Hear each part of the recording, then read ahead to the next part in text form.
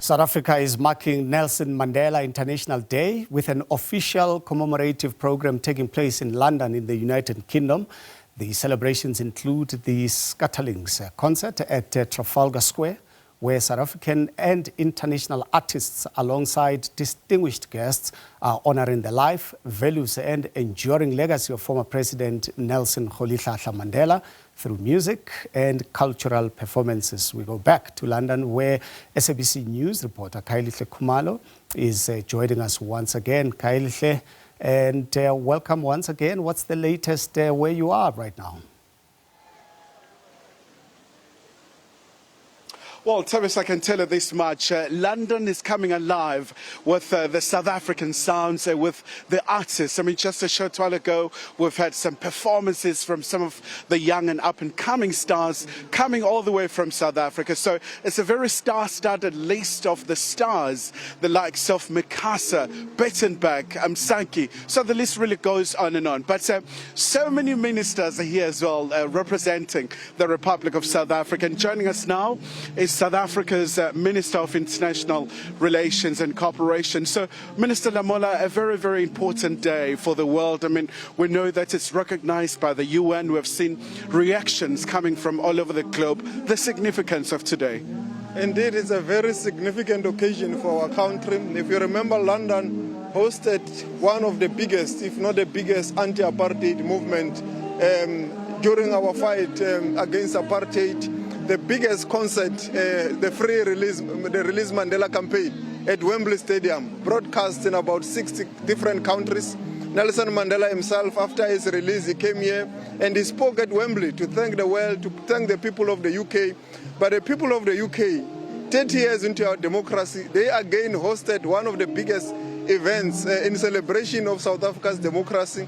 Now they are also celebrating our constitution, 30 years of our constitution, 50 years of the Freedom Charter. So that shows the link between the two countries, the people to people, the cultural tie, that also the arts transcend beyond just the arts and entertainment into politics, into communication, into diversity, into bringing the two countries together. So indeed, this is a significant occasion in remembrance of Nelson Mandela and looking into the future. And certainly, Minister, I mean, it's been a very challenging time as well for South Africa. I mean, the whole claims about a non-existent genocide. In fact, your counterpart, Minister Mackenzie, was saying one of the main reasons is really to communicate with the world that there is no such. And really just talking about also the current situation with the migration challenge facing South Africa. How has that experience been? Because you have been tasked by the IMC to communicate with their counterparts South Africa's stance. Yeah, indeed. Given our history as a country which is complex and its diversity, you will always have challenges. We opened up our country to allow for migration that is regular, but it is clear now that we need an orderly and a regular migration. We continue to engage with our counterparts across the globe, including in the continent, as you are aware.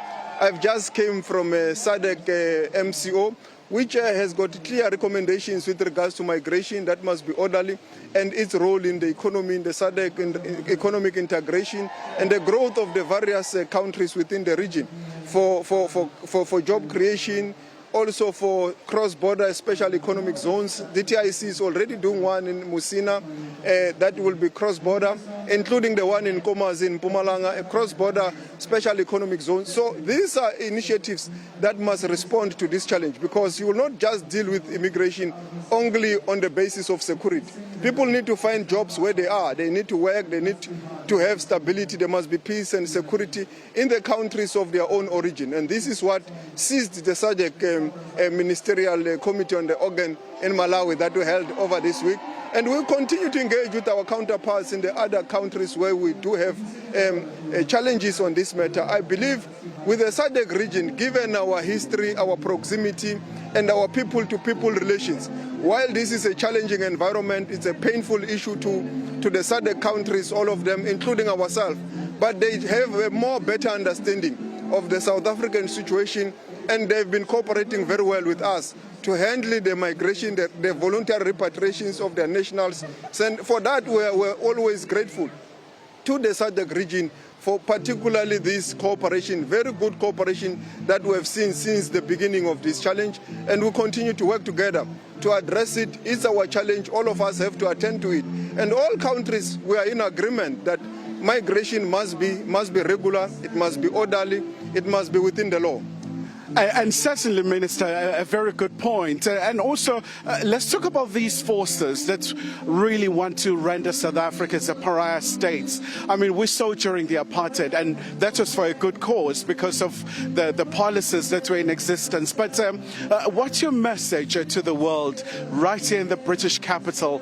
Because we know that South Africa is implementing some of these transformative frameworks and laws purely because you want to de-racialize the economy and make sure that there is equality. Some of the very core values that were at the heart of Nelson Mandela.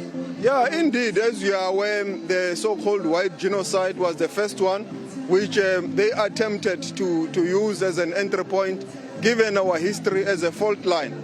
But it is clear it did not work, it did not succeed.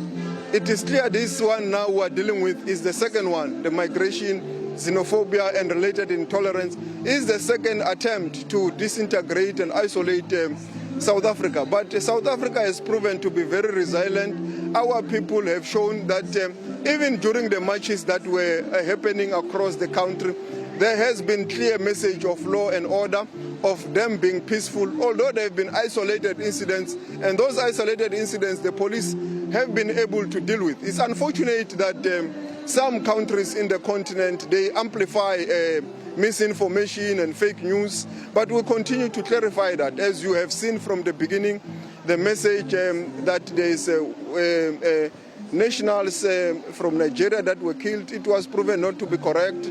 Ghana, 15 people in hospitals. It was also proven not to be correct. Ethiopian nationals that were said to have been killed on the basis of this. There is a trial now which shows that it's a different issue. It's an issue of criminality that is being dealt with by the police with regards to the Ethiopian nationals. So we continue to send a message to the continent and the world that they need to verify their facts as and when they speak, because once fake news is amplified through official channels, it moves faster and becomes credible when it is not real, and when it's fake and when it's not credible.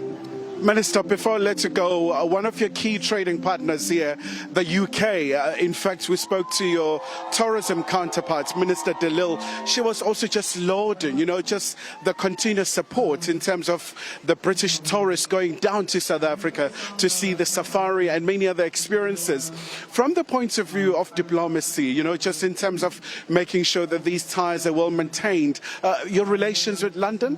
The relations with the UK are very good. It doesn't matter who is in office. As you have seen, there's been lots of changes. Even now, there's a transitional period. In fact, this week, we were supposed to have South Africa, London, BNC between myself and my counterpart. But we have agreed, mutually agreed, that we need to give them space to handle the current transition. And soon, we will have that meeting. But there is very good cordial relations, and we still, even in that agreement, continued to speak on strengthening those relations, that our officials need to ensure that the relations are strengthened. As we have said, is one of our biggest tourists to the country, biggest investors in terms of the economy, but it's also vice versa. It's mutual, because there's also a lot of South African companies invested in the UK economy. Our financial sector, ABSA, Investec, many companies from South Africa, Old Mutual, many of them, you named them, in the financial sector, in manufacturing, in mining, various sectors of the London economy. You find the presence of South African companies, but also you find the presence of London companies in the South African economy, but also using it as a gateway to the African continent. And that relation is strong. It moves from strength to strength. All right, Minister, before I let you go, cultural diplomacy, your favorite song, your favorite artist, showcasing the beauty and the prowess of South Africa. Let's hear from South Africa's top diplomat. No, thank you. No. I enjoy the music now. At this stage, my favorite artist is Black Coffee. Okay, there you go. And of course, we know, Thabiso, Black Coffee is Grammy Award winning, and obviously quite a very beautiful day here in London. Thabiso, it's all about really the beauty of South Africa, with the country saying thank you to the world. A very important day as well, the International Nelson Mandela Day. We've seen so many messages coming from far and wide, all of them really about the preservation of the legacy of Nelson Mandela.